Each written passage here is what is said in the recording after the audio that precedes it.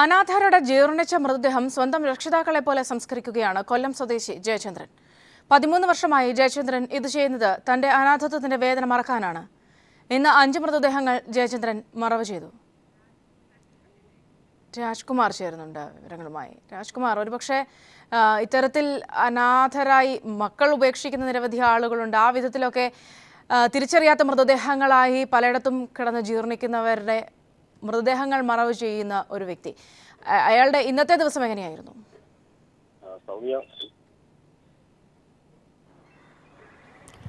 സൗമ്യ, ഇത് കൊല്ലം മുളങ്കാടകം പൊതുശ്മശാനമാണ്. അവിടുത്തെ ജയചന്ദ്രൻ്റെ കോട്ടയാണിത്. അനാഥർക്ക് വേണ്ടി മാത്രമായി ജയചന്ദ്രൻ പണിതീർത്തിരിക്കുന്ന ഒരു ശവക്കോട്ട. ഇതിൻ്റെ ഈ കാണുന്ന ദൂരേക്കുള്ള ആ വനം മുഴുവനും ഒരു ചെറിയ വനമാണ്. ഈ വനം മുഴുവനും ജയചന്ദ്രൻ കഴിഞ്ഞ 13 വർഷമായി ആരോരും ഇല്ലാത്തവരെ സംസ്കരിക്കാൻ കണ്ടെത്തിയ ഇടം കൂടിയാണ്. എല്ലാവർക്കും 6 അടി മണ്ണിൽ 3 പിടി മണ്ണ് ആദ്യം ഇട്ടുകൊണ്ട് തൻ്റെ രക്ഷിതാക്കൾ, അദ്ദേഹം ഈ ജയചന്ദ്രൻ അനാഥൻ കൂടിയാണ്, അദ്ദേഹത്തിനെ സംബന്ധിച്ച് ഇതെല്ലാം അദ്ദേഹത്തിൻ്റെ രക്ഷിതാക്കളെ കരുതി ചെയ്യുന്നു എന്ന വിശ്വാസത്തിലാണ് ഇതെല്ലാം ചെയ്തുകൊണ്ടിരിക്കുന്നത്. അത് ഒരു പുണ്യപ്രവൃത്തി എന്ന നിലയിൽ കൂടിയാണ് ജയചന്ദ്രൻ അദ്ദേഹത്തിൻ്റെ ഈ കർമ്മം ചെയ്യുന്നത്. ഇന്നു മാത്രം 5 പേരുടെ മൃതശരീരം കഴിഞ്ഞ 4 മാസമായി കൊല്ലം ജില്ലാ ആശുപത്രിയുടെ മോർച്ചറിയിൽ സൂക്ഷിച്ചിരുന്ന പോലീസിൻ്റെ വെരിഫിക്കേഷൻ നടപടികളും പോലീസിൻ്റെ നിയമ നടപടികളും ഗവൺമെൻറ് നടപടികൾ മുഴുവനും പൂർത്തിയാക്കി അവകാശികൾ ഇല്ല എന്ന് പൂർണ്ണ ബോധ്യപ്പെട്ടതിൻ്റെ അടിസ്ഥാനത്തിൽ നിയമപരമായി നടക്കുന്ന ഒരു കാര്യം. അതിൽ ജയചന്ദ്രനെ സംബന്ധിച്ച് പറയുകയാണെങ്കിൽ മാസം 10,000 രൂപ ശമ്പളത്തിലാണ് അദ്ദേഹം ഇത് ചെയ്യുന്നത്. അദ്ദേഹത്തിന് ഭാര്യയുണ്ട്, മക്കളുണ്ട്. അവരെ പോറ്റാനും അവരെ കുടുംബം സംരക്ഷിക്കാൻ വേണ്ടിയാണ് ആരും മടിക്കുന്ന ഈ പ്രവൃത്തി. അതും ഒരു പുണ്യപ്രവൃത്തിയായി കരുതി ജയചന്ദ്രൻ ചെയ്യുന്നത്. ജയചന്ദ്ര, ഇതുവരെ എത്ര പേരെ ഇതുപോലെ സനാഥരാക്കി കാണും? ആരോരുമില്ലാത്തവർക്ക് വേണ്ടി തുണയായി ജയചന്ദ്രൻ പ്രവർത്തിച്ചു വരുന്നു.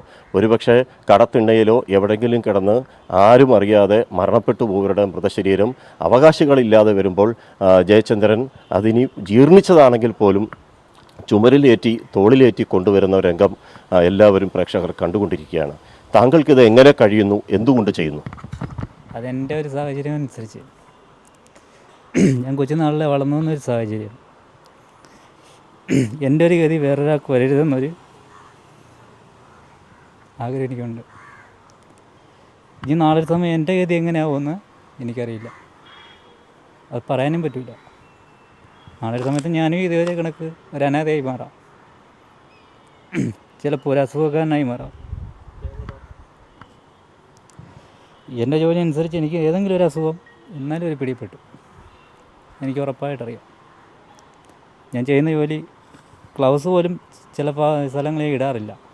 കാരണം എൻ്റെ ഗ്ലൗസ് ഇട്ട് കഴിഞ്ഞാൽ എനിക്ക് ജോലി ചെയ്യാനുള്ളൊരു ഇതുണ്ടാകത്തില്ല. ഗ്ലൗസ് ഇല്ലെങ്കിൽ ആ ജോലി ഞാൻ കറക്റ്റായിട്ടും ചെയ്യും. അത് ഏതൊരു ജോലിയായാലും, ബോഡി ആയാലും ശരി തന്നെ, കക്കൂസ് ഇറക്കാനായാലും ശരി തന്നെ, ഏതൊരു ജോലി എന്നെ ഏൽപ്പിക്കുന്ന ജോലി ഞാൻ കറക്റ്റായും ചെയ്യും. ഇതൊരു ജയചന്ദ്രനെ സംബന്ധിച്ച് ഇതൊരു വരുമാനമാണോ അതോ അതിലപ്പുറം എന്തെങ്കിലും ഉണ്ടോ? എൻ്റെ ഒരു വരുമാനമല്ല. ഒരു അനാഥ പൊടി എന്ന് പറയുമ്പോൾ നാളെ സമയത്ത് എൻ്റെ ഗതി എങ്ങനെ ആവുമെന്ന് എനിക്കറിയാകത്തില്ല. എൻ്റെ ഗതി വേറെ അപ്പോൾ ഒരു അനാഥ വന്നാൽ അത് കൊണ്ടിടക്കുക, അത് പുണ്യവർത്തിയായിട്ട് ഞാൻ കരുതുന്നുള്ളൂ. പൈസ ഞാൻ മോഹിക്കാറില്ല, ഒരു സാധനം അനങ്ങളും മോഹിക്കാറില്ല. ഞാൻ ചെയ്യുന്ന ജോലി അത് കറക്റ്റായി ഏത് ബോഡിയായാലും ഞാൻ കറക്റ്റായി അതേ അടക്കിയിരിക്കും.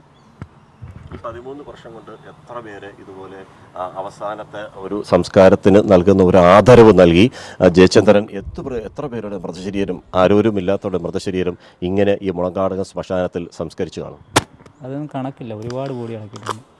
ഒരു 2000 ബോഡി പുറത്ത് അടക്കി കാണുമെന്നാണ് എൻ്റെ ഒരു പ്രതീക്ഷ, ഒരു ഇത് തോന്നൽ. അല്ലാതെ കണക്കില്ല. കണക്കിടക്കണമെങ്കിൽ ഇവിടെ ഉള്ളവർക്ക് അറിയാൻ ഞാൻ പോളത്തോട്ടി കൊണ്ടടക്കിയിട്ടുണ്ട്, ഇവിടെ അടക്കിയിട്ടുണ്ട്. ഇവിടെ അവർക്കെല്ലാം അറിയാൻ പറ്റും.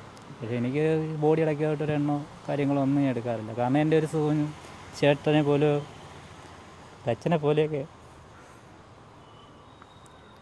ജയചന്ദ്രന് ഭാര്യയുണ്ട്, മക്കളുണ്ട്. അവരൊക്കെ ഈ പ്രവൃത്തിയോട് എങ്ങനെയാണ്, ഈ ജോലി, ഇങ്ങനെയൊരു ജോലി വേണമെന്ന് അവർ വേണ്ട എന്ന് ഉപദേശിക്കുന്നുണ്ടോ അതോ പ്രോത്സാഹിപ്പിക്കുകയാണോ? അതിൽ അഭിപ്രായം പറയാറില്ലേ? വൈഫിനും പ്രശ്നമൊന്നുമില്ല. കാരണം അവൾ ഈ ജോലി ചെയ്യുന്നവൾക്ക് ഒരു എതിർപ്പുമില്ല.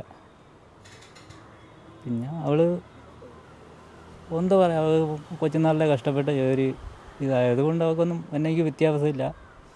അതുകൊണ്ട് എന്നെ കൊണ്ട് പറ്റുന്ന ജോലി എനിക്ക് ചെയ്യാൻ പറ്റും. ഭാര്യയ്ക്കും കുഴപ്പമൊന്നുമില്ല.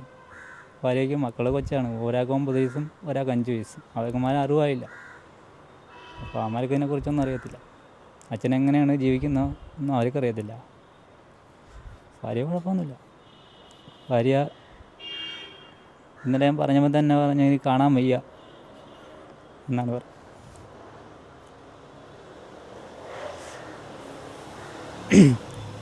ഞങ്ങൾക്ക് ജോലിക്ക് പോയേ പറ്റൂ. കാരണം മാസം തോറും മക്കൾക്ക് പൈസ ചിലവും കാര്യങ്ങളൊക്കെ ഉണ്ട്. എൻ്റെ ഈ വരുമാനത്തിനനുസരിച്ച് നടക്കത്തില്ല. അതുകൊണ്ട് ജോലിക്ക് പോയേ പറ്റുള്ളൂ. ഞാൻ പറഞ്ഞപ്പോൾ ആൾ വരണോ എന്നാണ് ചോദിച്ചത്.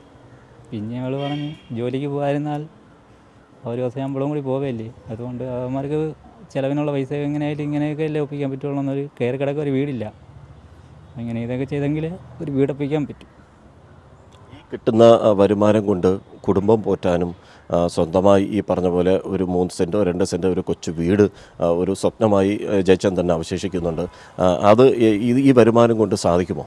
ഈ വരുമാനം കൊണ്ട് നടക്കില്ല. ഈ വരുമാനം കൊച്ചുങ്ങളെ ചിലവിന് എൻ്റെ വണ്ടിക്കൂലിക്ക് അതകത്തുള്ളൂ. കൊച്ചുങ്ങൾക്ക് എന്തെങ്കിലും മൂക്കി അസുഖം വന്ന് എന്തെങ്കിലും അസുഖം വന്നു കഴിഞ്ഞാൽ ഇതിൽ നിന്ന് എടുത്ത് ചിലവാക്കിയാൽ പിന്നെ വണ്ടിക്കൂലിയും ചിലപ്പം കാണത്തില്ല. പിന്നെ കടം മേടിച്ച് ഒക്കെയാണ് വേണ്ടത്. പിന്നെ ഇപ്പം വൈഫിൻ്റെ വീട്ടിലാണ്. അത് അനിയത്തിക്കുള്ളതാണ്.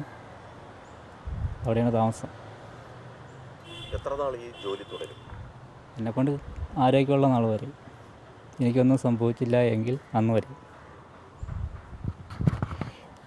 സൗമ്യ, ഒരു ജയചന്ദ്രൻ എന്ന് പറയുന്ന ഒരു മനുഷ്യസ്നേഹി ഒരുപക്ഷെ ജീർണിച്ച മൃതശരീരങ്ങൾ, അല്ലാതെ ജീർണാവസ്ഥയിലല്ലാത്ത മൃതശരീരം കാണുന്നത് പോലും അറപ്പും വെറുപ്പുമായി കാണുന്ന ഒരു സമൂഹത്തിലാണ് നമ്മളെല്ലാവരും ജീവിക്കുന്നത്. ഇത് ജീർണിച്ച പുഴുവരിച്ച നിലയിലുള്ള മൃതശരീരങ്ങൾ പോലും ജയചന്ദ്രൻ തോളിലേറ്റി കൊണ്ടുവരുന്നതിൻ്റെ ഒരു കാഴ്ച അസാധാരണമാണ്. ഒപ്പം അതേസമയം അദ്ദേഹത്തെ സംബന്ധിച്ച് ഇതൊരു വരുമാനം മാത്രമല്ലെന്ന് അദ്ദേഹം തന്നെ സൂചിപ്പിച്ചു കഴിഞ്ഞു. അദ്ദേഹത്തിന് അതൊരു പുണ്യപ്രവൃത്തിയായിട്ടാണ് ജയചന്ദ്രൻ കാണുന്നത്. ഇതുപോലെയുള്ള ചിലർ ഉള്ളതുകൊണ്ട് മാത്രമാണ് ഇന്നും ഈ സമൂഹത്തിൽ ചില നന്മകളെങ്കിലും അവശേഷിക്കുന്നത്. രാജ്കുമാറാണ് വിവരങ്ങൾ നൽകിയത്.